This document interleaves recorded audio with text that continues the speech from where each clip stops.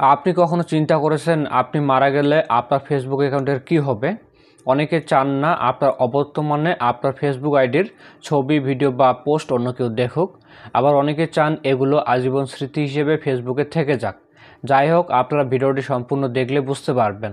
এই জন্য ডান পাশে দেখুন 3 লাইন আছে, এখানে ক্লিক করবেন। এরপর একটু নিচের দিকে আসবেন। এখানে সেটিং অ্যান্ড প্রাইভেসি অপশন রয়েছে, এখানে ক্লিক করবেন। আবারও সেটিংসে ক্লিক করবেন। ক্লিক করার পর অ্যাকাউন্ট সেন্টার অপশন রয়েছে, এখানে ক্লিক করবেন। এরপর এখানে পার্সোনাল ডিটেলস অপশন রয়েছে, এখানে ক্লিক করবেন। তারপর সবার শেষের অপশনটি দেখুন অ্যাকাউন্ট ওনারশিপ অ্যান্ড কন্ট্রোল, এখানে ক্লিক করবেন। আবারও দুইটা অপশন দেখতে পারবেন। সবার প্রথমে যে অপশনটা রয়েছে মেমোরিয়ালাইজেশন, এখানে ক্লিক করবেন। এরপর এখানে আপনার ফেসবুক আইডির নাম, প্রোফাইল দেখতে পারবেন। তার নিচে দেখুন প্রিফারেন্স নট সিলেক্টেড, এটা একটু পরে বুঝতে পারবেন। আমরা এখানে ক্লিক করব।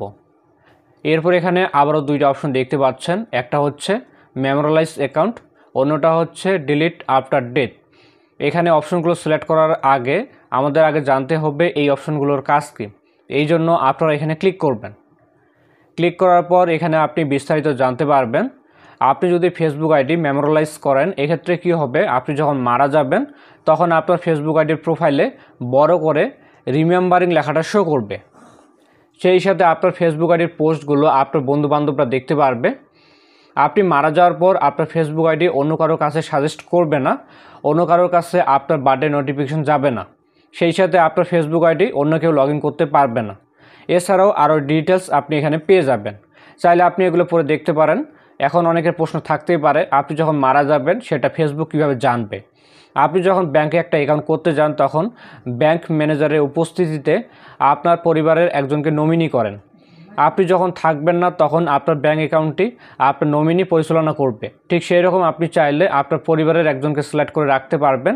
এক্ষেত্রে আপনি যখন থাকবেন না, সে চাইলে আপনার ফেসবুক আইডিটা ফেসবুকের কাছে রিকোয়েস্ট করে বা রিপোর্ট করে ডিলিট করতে পারবে, অথবা স্মৃতি হিসেবে ফেসবুকে রেখে দিতে পারবে।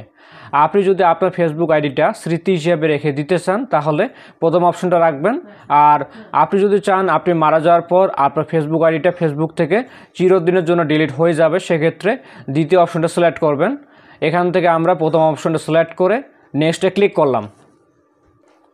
চুজ এ লিগালি কন্ট্যাক্ট, মানে আপনি এখান থেকে আপনার একজন প্রিয় মানুষকে সিলেক্ট করবেন।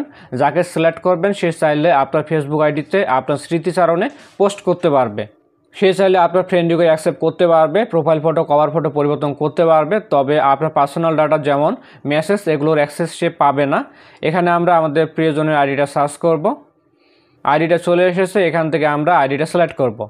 এরপর এখানে দুই ধরনের পারমিশন আপনি তাকে দিতে পারবেন। এখান থেকে এই অপশনটা আমরা রাখব। এরপর সেভ অপশনে ক্লিক করব।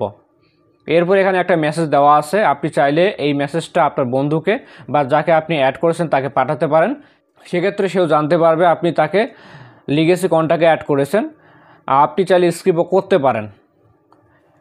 এবার দেখুন আমাদের ফেসবুক আইডির এখানে মেমোরিয়ালাইজ লেখাটা দেখাচ্ছে। এভাবে আপনি চাইলে আপনার ফেসবুক আইডি আপনি মারা যাওয়ার পর স্মৃতি হিসেবে ফেসবুকে থাকবেন না ফেসবুক থেকে চিরদিনের জন্য আপনার ফেসবুক আইডিটা মুছে যাবে, সেটা আগে থেকে সেট করে রাখতে পারবেন।